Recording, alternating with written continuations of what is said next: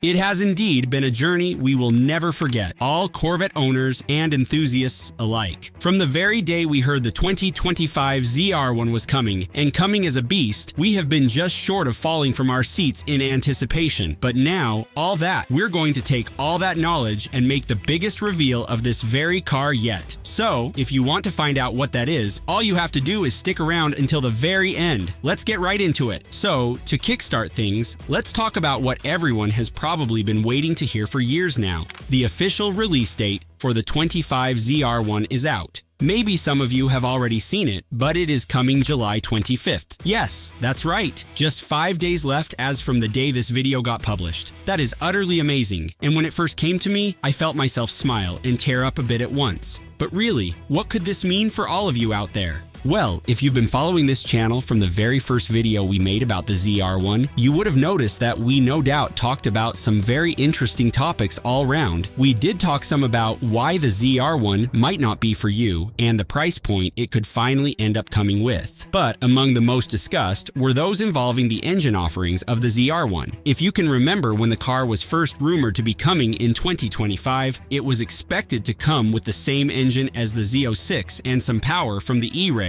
though building on it with the addition of turbos to make well over 850 horsepower, which we covered on the channel. And then we had another update come where we discussed what the guy from the Horsepower Obsessed channel had to say about the same topic. Obviously, like we highlighted in the video, he claimed to have a reliable source within Chevy linked to a dealership owner who was present at a crucial event where the details of the ZR1 was shared with larger dealerships. The end product was that an engine similar to the one on the Stingray was believed to come in the ZR1. This means the 6.2-liter engine. Now, like the video rightly pointed out, this means no offering of the flat plane crank V8 like previously believed on the new car. The Horsepower Obsessed guy went on to say he believed this to be the case because in official testing at Nürburgring grounds, the car sounded nothing like a flat plane crank. And though some argued it was because of the muffler exhaust pipes, he maintained the pipe alone couldn't cause such a significant change in sound as to make it not at all sounding like the flat plane crank engine. And he also believed it to be that the 6.2-liter with turbos slapped on as well. Now, obviously you all have something to say about this, I believe, and that was same with another guy's perspective from the Supercar Ranch channel, which we covered in one of the recent engine update videos about this car. He had the same basic belief of no flat plane crank engine, but what he believed to actually be coming was something totally different, not on the Stingray, not on the Z06, and definitely not on the E-Ray. He believed the ZR1 to be coming with a twin-charged engine. That is an engine that's both supercharged and turbocharged. Crazy, right? He didn't say it was confirmed or anything, but he did have some mind-blowing research to back up that claim. Anyway, all the links to the videos on this will be in the description below, so check that out if you feel like it later.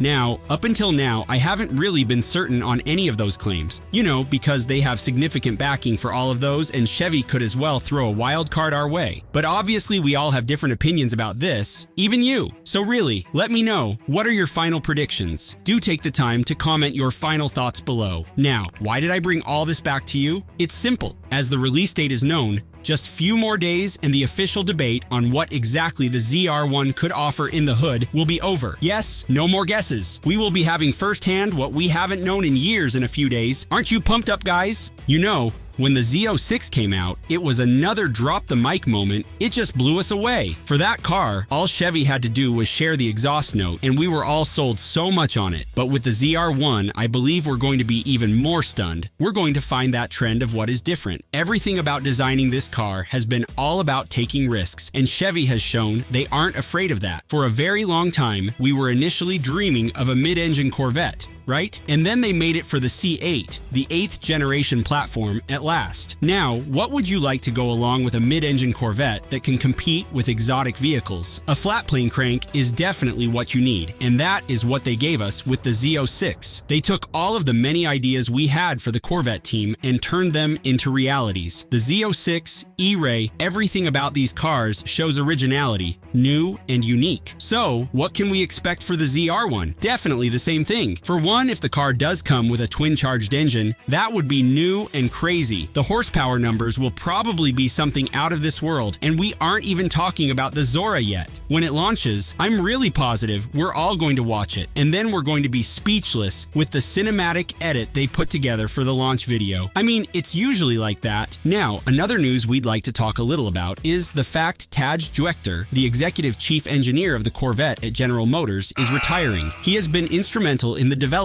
of various Corvette models, including the C7 and C8 generations. And now, after 47 years with GM, he announced his retirement in 2024. It's sad to see Taj go, but I want to bid him a great farewell because he's been incredibly influential with the Corvette platform, working on all these cars from the C6 and C7 to so many more. Now that he's officially retired, I'm really curious about what the future holds with the new management. They've appointed a new chief engineer, which is pretty exciting, and I'm looking forward to seeing what this individual brings to the table. But I have to say though, the Corvette and Chevrolet team really stand out. They're incredibly passionate about what they do, and they understand that their creations impact and change lives for people all over the world, especially in the United States. It's fantastic to see such dedication and enthusiasm from them in making such a fun and iconic vehicle. It's obvious though that no matter what comes as final within the ZR1, I can only see a Corvette that'll feature the most downforce ever, most advanced aero, most horsepower yet, fastest quarter mile, fastest lap times, and fastest 0 to 60 miles per hour lap time ever for a Corvette yet. That is more than enough for this car to make a significant mark in all of the nameplate's history. And soon, I think when the Zora comes, we can only expect a legacy of glory. You know, it's always so exciting every time when it comes to the ZR1, so it is no surprise we're always covering every little detail. That's why if you missed any of the previous videos, make sure to check that out right now. Here's one you may have missed about all 2025 Corvette models.